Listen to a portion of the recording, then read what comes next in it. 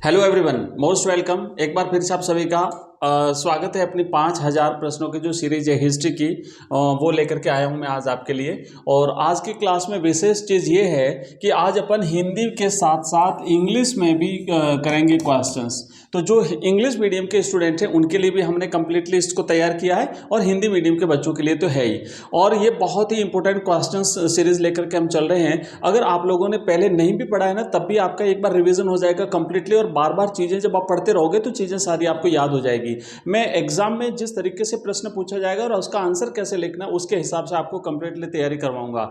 और अगर आप ध्यान से सुन भी लेते हैं तो कई बार सुनी हुई चीज़ भी एग्जाम में आपको याद रह जाती है और आप लिख लेते हैं तो अच्छे नंबर आप ले आओगे। तो चलिए शुरू करते हैं 40वें क्वेश्चन से। हमारा आज का पहला क्वेश्चन है, यानी क्रम के हिसाब से अगर अपन देखें तो 40वां प्रश्न है, अमर नायक कौन थे। बच्चों ध्यान रखना, एक तो थे नायक और एक है अमर नायक। तो एक तो नायक कौन थे, और नायक के अलग काम थे, उनकी अलग जिम्मेदारियां होती थी, उनको अलग कार्य सौंपे जाते थे।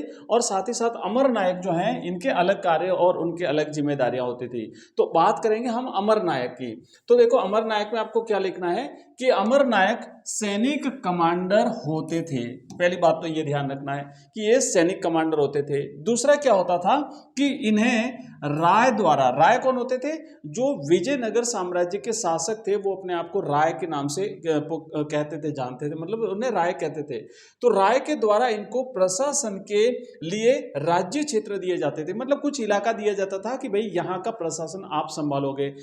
जो नायक होते थे उनको इस तरीके से प्रशासनिक जिम्मेदारियां नहीं दी जाती थी, उन्हें प्रशासनिक शक्तियां उनके पास नहीं होती थी। जबकि अमर नायक के पास में किसी प्रशासन, किसी भूभाग का प्रशासन संभालने की इनको जिम्मेदारी दी जाती थी, और सैनिक कमांडर तो ये होते ही होते थे।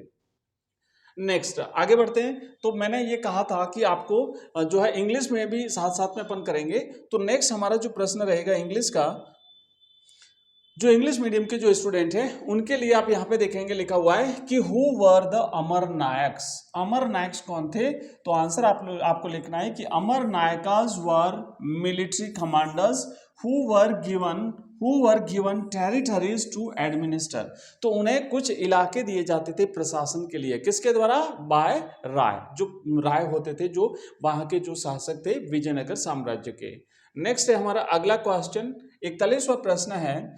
41वां प्रश्न है कि विजयनगर के राजकीय केंद्र में स्थित महल एवं मंदिरों के बीच क्या अंतर था। तो विजयनगर के जो राजकीय केंद्र में जो महल थे और साथ ही साथ जो मंदिर थे, इनको दोनों के बीच में अंतर क्या था।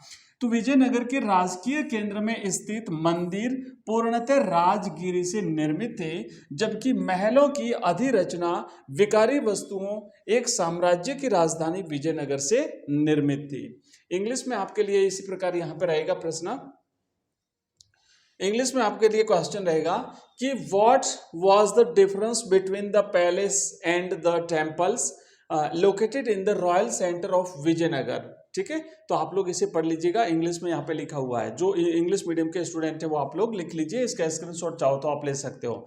मैं आगे बढ़ता हूँ, नेक्स्ट क्वेश्चन की तरफ बढ़ते हैं। यहाँ पे हम देखेंगे अगला हमारा क्वेश्चन है, भारत छोड़ो आंदोलन कब और क्यों चलाया गया था। आपको याद होगा कि जो स्वतंत्रता जब चल रही थी, देश को आज़ाद कराने की जो लड़ाई चल रही थी, तो उसमें 1942 एक महत्वपूर्ण घटनाक्रम होता है। 1942 का समय जब आता है तो काफ़ी समय से ऐसा लग रहा था हमारे जो स्वतंत्रता सेनानी थे उनको कि भाई अंग्रेज हमें आज़ादी देंगे देंगे देंगे, विशेष करके जैसे गांधी जी वगैरह इनको भी हैं।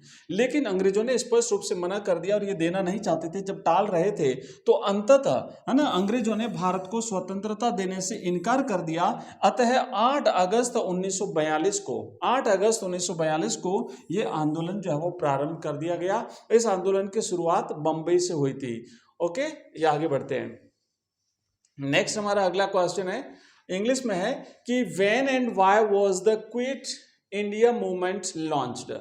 तो ये भारत छोड़ो आंदोलन जो है कब शुरू किया गया, तो आप लिखेंगे the British refuse to give independence to India, therefore this movement was started on August 8, 1942। Next अगला क्वेश्चन है अपना, अगला क्वेश्चन है हमारा 43। विजयनगर के शासक स्वयं को देवता या भगवान का प्रतिनिधि होने का दावा कैसे करते थे, वो अपने आप को किस तरीके से भगवान का प्रतिनिधि कहते थे। तो विजयनगर के शासक भगवान विरूपाक्ष की ओर से शासन करने का दावा करते थे। ध्यान रखना, परीक्षा में छोटा प्रश्न भी बन सकता है कि वो कौन से देवता का अपने आप को एक उसका उपासक मान करके वो शासन करते थे, तो वो भगवान विरूपाक्ष की तरफ से शासन करते थे। सभी राजकीय आदेशों पर प्राय कन्नड़ लिपि में श्री विरूपाक्ष शब्द अंकित होता था। शासक देवताओं से अपने गहन संबंधों के संकेतक के रूप में विरुद्ध हिंदू सूरतराणा का भी प्रयोग करते थे, जिसका शाब्दिक अर्थ था हिंदू सुल्तान। तो ये चीजें जो थी, इससे ये प्रकट होता था कि ये लोग भगवान के प्रतिनिधि के रूप में शासन कर रहे हैं और ये भगवान विरूपाक्ष को अपना जो है वो आराध्य मानते थे और इस तरीके से शासन करते थे। नेक्स्ट हमारा इंग्लिश में यहाँ पे देखो लिखा हुआ है कि how did the rulers of Vijayanagar claim themselves to be gods और रिप्रेजेंटेटिव्स ऑफ गॉड। भगवान के प्रतिनिधि के रूप में अपने आप को किस तरीके से दिखाते थे। तो the rulers of Vijayanagar claim to rule on behalf of lord Virupaksha. The word Shri Virupaksha was often inscribed in Kannada script on all royal orders. The rulers also used the term Hindu Surtarana as an indicator of their close relationship with the gods, which literally meant Hindu Sultan. Okay?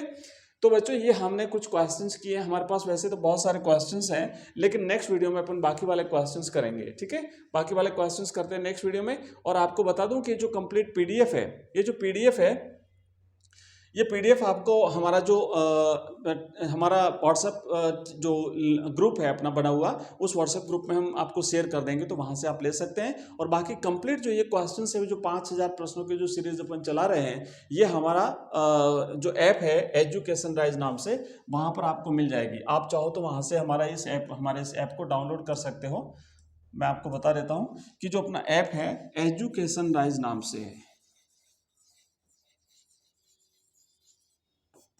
Education rise नाम से अपना app है, जहां पर आपको ये 5000 प्रश्नों की जो सीरीज है हिंदी में और इंग्लिश में दोनों में आपको मिल जाएगी। इसके अलावा मॉडल पेपर्स भी अगर आप चाहते हैं तो आपको वहां पे मॉडल पेपर्स भी मिल जाएंगे। हमने 10-10 मॉडल पेपर्स सब्जेक्ट वाइज अलग अलग सब्जेक्ट में आपके लिए तैयार किए हैं और काफ़ी बच्चे ये कोर्सेज हमारे परचेज कर रहे हैं। कंप्लीट कोर्स भी अगर आप चाहते हैं तो हमारा कंप्लीट कोर्स ओनली 99 रुपये में, पूरी 1 साल की वैलिडिटी के साथ हम आपको अवेलेबल करा रहे हैं, केवल 99 रुपये में, जहाँ पे हम आपको पीडीएफ के रूप में नोट्स अवेलेबल करवाते हैं, वीडियोस होते हैं, एमसीक्यूज होते हैं, क्वेश्चन आंसर्स होते हैं, साथ ही साथ हमारे ऑनलाइन टेस्ट वो इसी में शामिल है। ऑनलाइन टेस्ट होते हैं, वहाँ से आप और अलग से अगर ऑनलाइन जो टेस्ट सीरीज़ है वो अगर आप ज्वाइन करना चाहो तो अलग से भी टेस्ट सीरीज़ आप ज्वाइन कर सकते हो, है ना। और मॉडल पेपर्स अलग से रहेंगे।